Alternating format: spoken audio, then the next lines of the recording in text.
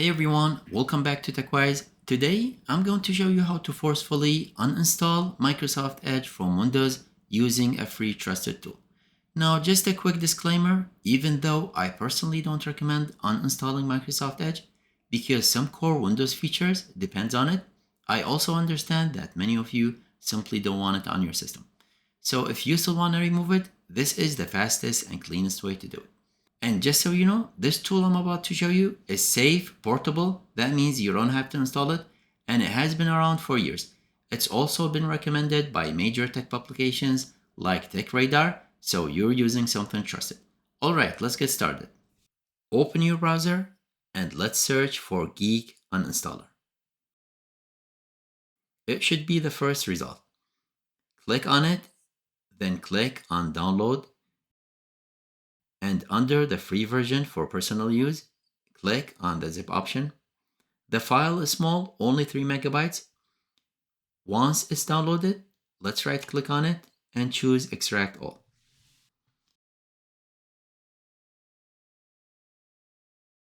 Inside the extracted folder, let's double click on the geek.exe file. And that's it. No setup, no installer, completely portable. Now, if Windows asks for permission, just click on Yes. Geek Uninstaller will load a list of all apps installed on your computer. Scroll down until you find Microsoft Edge. Right-click on it and select Force Removal. And click Yes to confirm. You'll see this window of leftover files and registry entries. Just leave everything selected and just click Finish.